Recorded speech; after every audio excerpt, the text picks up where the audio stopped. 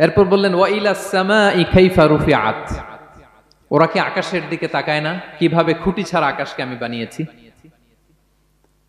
আপনারা যখন বিমানে চড়েন তখন কি শুধু ভিডিও করতে থাকেন নাকি, মেঘের ভিডিও, আকাশের ভিডিও? তখন তাকাবেন আকাশের দিকে, সুবহানাল্লাহ, কিভাবে আল্লাহ আকাশকে তৈরি করেছেন। ওয়ালাকাদ যায়্যানা সামাআদ দুনিয়া বিজিনাতিল কাওয়াকিব, আল্লাহ বলেন এই প্রথম আকাশটাকে আমি তারা দিয়ে সুশোভিত করেছি, বিশাল বিশাল তারা। এই যে আমরা সূর্য দেখি, এটা একটা তারা, পৃথিবীর চেয়ে 13 লক্ষ গুণ বড় এই সূর্য। কত গুণ বড় বলে ফেললাম হুট করে মুখ দিয়ে, কিন্তু কল্পনা করতে পারতেছি। তার মানে 13 লক্ষটা পৃথিবী সূর্যের মধ্যে রাখার জায়গা আছে। তাই বলে মনে করেন না যে সূর্য অনেক বড় সাইজের তারা, নো। সূর্য এই মহাশূন্যের খুব ছোট্ট সাইজের একটা তারা। সূর্যের চেয়ে লক্ষ কোটি গুণ তারা আছে। যে সূর্য পৃথিবীর চেয়ে 13 লক্ষ গুণ বড়, ওই সূর্যের চেয়ে কোটি গুণ বড় তারা আছে। এরকম লক্ষ কোটি কোটি তারা নিয়ে আমাদের গ্যালাক্সি মিল্কি ওয়ে, এরকম কোটি কোটি গ্যালাক্সি আছে। সুবহানাল্লাহ, কোটি কোটি গ্যালাক্সি নিয়ে আমাদের এই প্রথম আকাশের মহাশূন্য। তার মানে পুরো প্রথম আকাশটাকে যদি একটা মানচিত্র দেয়া হয়, ওইখানে মাইক্রোস্কোপ দিয়ে পৃথিবীকে খুঁজে পাওয়া যাবে না। আই রিপিট, পুরো প্রথম আকাশটাকে যদি একটা বড় মানচিত্র বানানো হয়, আমরা যে পৃথিবীতে আছি মাইক্রোস্কোপ দিয়েও এটাকে খুঁজে পাওয়া যাবে না। এই বিশাল প্রথম আকাশের মহাশূন্য যখন শেষ, এরপরে হচ্ছে প্রথম আকাশের লেয়ার, তারপরে হচ্ছে দ্বিতীয় আকাশের মহাশূন্য, তারপরে দ্বিতীয় আকাশের লেয়ার। বিষ্ণু ইসলাম বলেন দ্বিতীয় আকাশের তুলনায় প্রথম আকাশটা কত ছোট শোনো। সাহারা মরুভূমির মধ্যে যদি তোমার হাতের আংটি ছুঁড়ে ফেলে দাও, পুরো মরুভূমির তুলনায় তোমার হাতের আংটি যত ছোট, আল্লাহর দ্বিতীয় আসমানের তুলনায় প্রথম আসমানটা ঠিক তত ছোট। আবার তৃতীয় আসমানের তুলনায় দ্বিতীয় আসমানটা ঠিক ওই রকম। আবার চতুর্থ আসমানের তুলনায় তৃতীয় আসমানটা ওই রকম। এইভাবে 7 আসমান, এরপরে আল্লাহর কুরসি, মাউদাউল কাদামাইন, যেখানে আল্লাহ তার কুদরতি পা রাখেন। তো 7 আসমানটা যত বড়, পুরো সাহারা মরুভূমির মধ্যে আংটি ফেলে দিলে মরুভূমির তুলনায় আংটি যত ছোট, আল্লাহর কুরসির তুলনায় পুরো 7 আসমানটা ঠিক তত ছোট। কল্পনা করা যায়? এজন্য আল্লাহ বলেছেন আফালা ইয়ানজুরুনা ইলাল ইবিলি কাইফা খুলিকাত, একটু উট নিয়ে চিন্তা করতে পারো না? আকাশটা নিয়ে একটু ভাবতে পারো না? ওয়া ইলাল জিবালি কাইফা নুসিবাত, একটু পাহাড়ের দিকে তাকিয়ে একটু অবজারভেশন করা যায় না, রিফ্লেকশন? ও মক্কার লোকেরা, পাহাড় দেখার জন্য তো তোমাদের অন্য দেশে যাওয়া লাগবে না, তোমরা তো সারাউন্ডেড বাই মাউন্টেইনস, চারদিকে শুধু পাহাড়, পাহাড় আর পাহাড়। এই পৃথিবীর ভেতরে 7টা টেকটনিক প্লেট আছে। এই 7 tectonic plates creates the mountain range on earth. পৃথিবীর মধ্যে মাউন্টেন এভাবেই হয়েছে। বিগ ব্যাং এর মহাবিস্ফোরণের পরে এই প্লেটগুলো যখন কোলাপস করলো, মাঝখানের জায়গা উঁচু হয়ে গেল, দ্যাট ইজ মাউন্টেন। এটাই মাউন্টেন। আমেরিকার আলাস্কা একটা জায়গা আছে, পৃথিবীর সবচেয়ে বড় মাউন্টেন রেঞ্জ। এটা লম্বায় প্রায় 2000 কিলোমিটার লম্বা একটা পাহাড়। ইউরোপের সবচেয়ে বড় পাহাড় হচ্ছে আল্পস পর্বতমালা, ওইটা লম্বায় 1200 কিলোমিটার। কল্পনা করতে পারেন, একটা পাহাড় 1200 কিলোমিটার লম্বা। আর সবচেয়ে উঁচু যে পর্বত শৃঙ্গ Mount Everest 29,035 fit.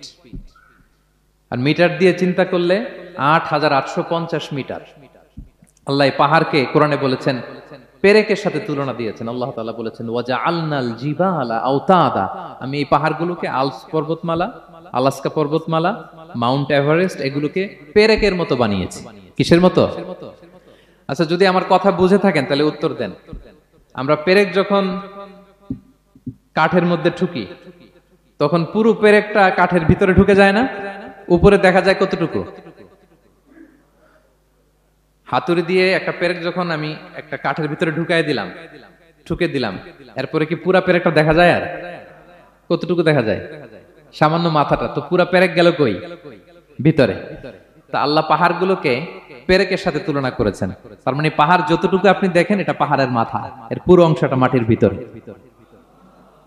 29,035 fit mountain, Mount Everest যেটা, এটার কমপক্ষে 10 গুণ এটা মাটির ভিতরে আছে। আলাস্কা পর্বতমালা বাইরে যদ্দূর, 10 গুণ ভিতরে। আল্পস পর্বতমালা বাইরে যদ্দূর, 10 গুণ ভিতরে।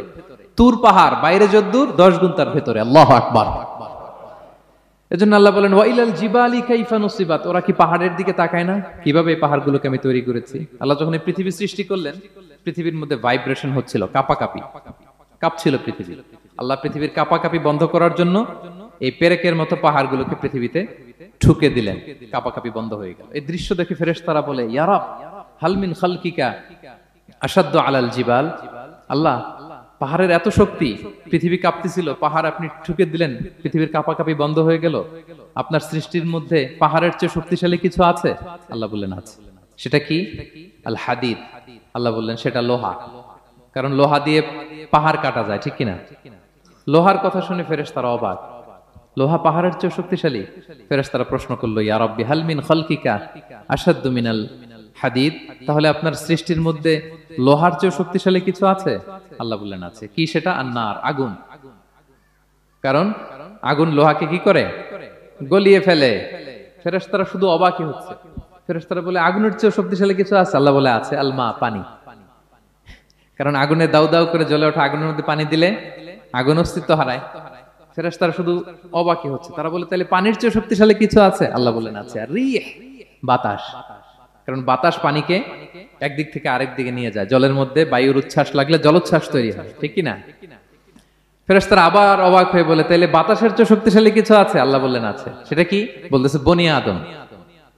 ওই মানুষ শক্তিশালী যে গোপনে দান করে, এত গোপনে যে ডান হাত কি দান করলো, বাঁ হাত সেটা টের পায় না। পড়েন সুবহানাল্লাহ। এই লম্বা হাদিস বলার বা বুঝানোর মূল উদ্দেশ্য হচ্ছে, আল্লাহ পাহাড়কে সৃষ্টি করেছেন। ওয়া ইলাল জিবালি কাইফা নুসিবাত। পাহাড়কে আল্লাহ তাআলা জমিনের মধ্যে এভাবে সেট করেছেন। আল্লাহ বলে ওরা কি একটু পাহাড়ের দিকে তাকায় না, আকাশের দিকে তাকায় না? ওরা কি একটা উটের দিকে তাকায় না? ওয়া ইলাল আরদি কাইফা সুতিহাত। ওরা কি জমিনের দিকে তাকায় না, জমিনকে কিভাবে আমি বিস্তৃত করেছি? আমরা তো কত চমৎকার মাটি দেখি, তাই না? বীজ রোপণ করে দিলে কি উর্বর জমি, হ্যাঁ, ঘাস লতাপাতা ফলমূল হয়। আসলে পুরো পৃথিবীটাই কি এরকম নরম? না, অনেক স্তর আছে।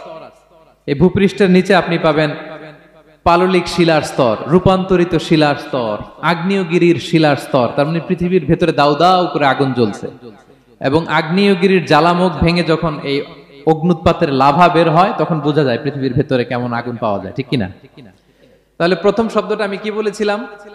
আন-নাযার। মনে আছে তো না? প্রথম শব্দটা কি? আল্লাহ বলে তারা কি নজর করে দেখে না কিভাবে আকাশ বানালাম, উট সৃষ্টি করলাম, কিভাবে জমিন বানালাম, কিভাবে পাহাড় বানালাম? তাহলে এই যে নজর বা অবজারভেশন, রিফ্লেকশন, এটার প্রতি আল্লাহ তাআলা আমাদেরকে উৎসাহিত করেছে। প্রথম পয়েন্ট ক্লিয়ার। মোট পয়েন্ট আলোচনা করব 4টা। বলেন তো কয়টা? একটা ক্লিয়ার। 2 নাম্বার কি ছিল দেখি, কার মনে আছে কিনা?